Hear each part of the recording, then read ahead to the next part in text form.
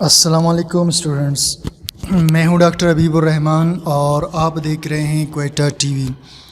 Students, आज हम lecture number 12 को डिस्कस करने वाले हैं स्टिकियोमेट्री में। ठीक, तो चलिए जी स्टार्ट करते हैं। आज लेक्चर 12 के अंदर हम पढ़ेंगे मोल मोल रिलेशनशिप को। स्टूडेंट्स, इससे पहले हमने स्टिकियोमेट्री के अंदर एक और टॉपिक पढ़ा था, अगर आपको याद हो, और वो था लेक्चर नंबर 11, जिसमें हमने मास रिलेशन को डिस्कस किया था, यानी एक चीज़ के मास से हम दूसरे चीज़ के मास को कैसे निकाल सकते हैं। तो आज स्टूडेंट्स हमने डिस्कस करना है मोल मोल के रिलेशन को। तो चलिए जी स्टार्ट करते हैं। The moles of one substance can be calculated. एक चीज़ के मोल को हम मालूम कर सकते हैं from given moles of another substance, दूसरे के मोल से, एंड वाइस वर्सा, यानी पहले वाली चीज़ के मोल को दूसरे से मालूम कर सकते हैं, दूसरे के मोल को पहले वाले के मोल से। अब इसको समझने के लिए स्टूडेंट्स हम एग्जांपल कर लेते हैं।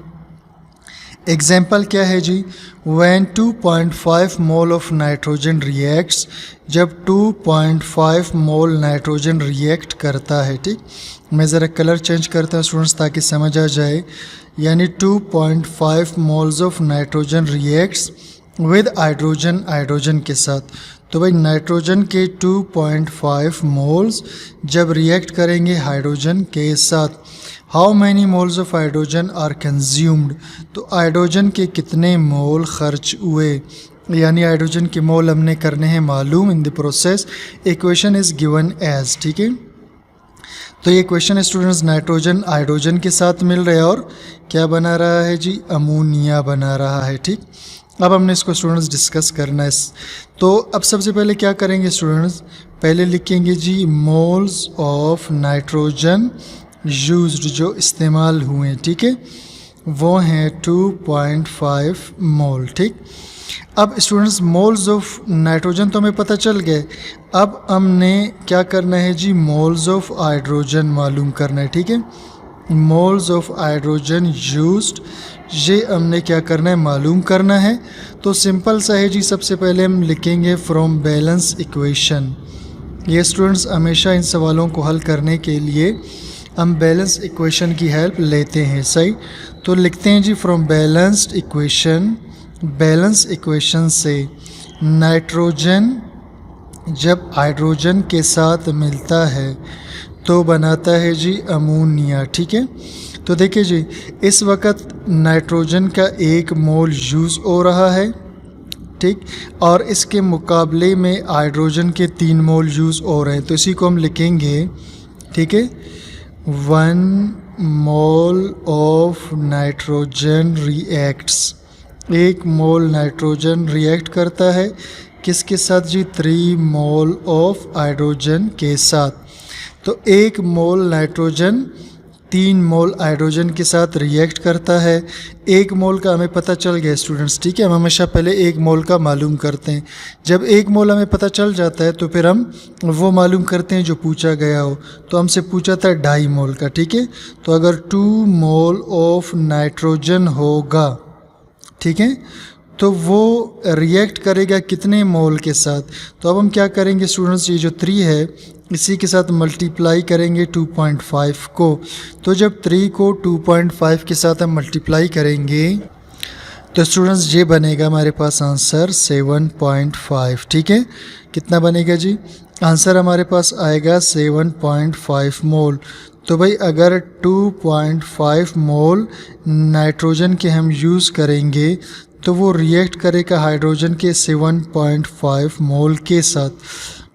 ये स्टूडेंट्स हमारा आंसर है। सही, अब इसे मज़ीद अच्छी तरह समझने के लिए स्टूडेंट्स हम एक और एग्जांपल ले लेते हैं। सही, how many moles of carbon dioxide are produced, carbon dioxide के कितने मोल्स बनेंगे? When 1.2 moles of glucose are used, जब ग्लूकोज के, ठीक है, 1.2 मोल्स यूज़ हो जाएं। ग्लूकोज के 1.2 मोल यूज़ करेंगे तो कार्बन डाइऑक्साइड कितना बनेगा? सिंपल सी बात है स्टूडेंट्स, पहले हम इसका लिख लेते हैं कि जी मोल्स ग्लूकोज के कितने हैं। सही, तो मोल्स ऑफ ग्लूकोज ये हमें दिया हुआ है स्टूडेंट्स, ठीक है। मोल्स ऑफ ग्लूकोज हमें दिया हुआ है, कितना है जी 1.2 मोल, सही, ये हमें दिया हुआ है। और हमने मालूम क्या करना है जी, हमने मालूम करना है मोल्स ऑफ कार्बन डाइऑक्साइड, ठीक है। क्या मालूम करना है जी, मोल्स ऑफ कार्बन डाइऑक्साइड, ठीक। तो बिल्कुल सिंपल सी बात है, बैलेंस इक्वेशन की हेल्प लेंगे स्टूडेंट्स। अब देखिए बैलेंस इक्वेशन में अगर आप गौर करेंगे तो ग्लूकोज का 1 मोल यूज़ हो रहा है और कार्बन डाइऑक्साइड के 6 मोल बन रहे हैं। तो हम लिखेंगे जी from balance equation 1 mole of glucose, ठीक है, गिव्स, ये देता है 6 मोल ऑफ कार्बन डाइऑक्साइड, ठीक है। 1 मोल ग्लूकोज कितना बना रहा है जी, 6 मोल कार्बन डाइऑक्साइड।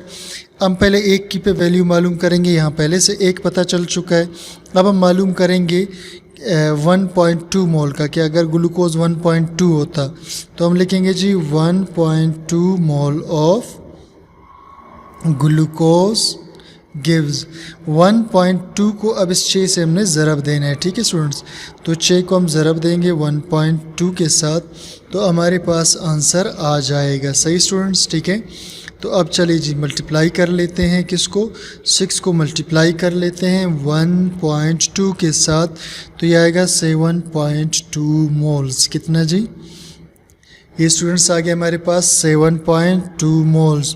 तो 1.2 मोल ग्लूकोज प्रोड्यूस करता है 7.2 मोल्स किस चीज़ के जी, कार्बन डाइऑक्साइड के। तो स्टूडेंट्स ये था आज का हमारा लेक्चर, उम्मीद करता हूँ आपको समझ में आ गया है। कोई चीज़ क्लियर ना हो कमेंट सेक्शन में ज़रूर बता दीजिए और चैनल को सब्सक्राइब, लाइक, शेयर कीजिएगा। Thank you for watching.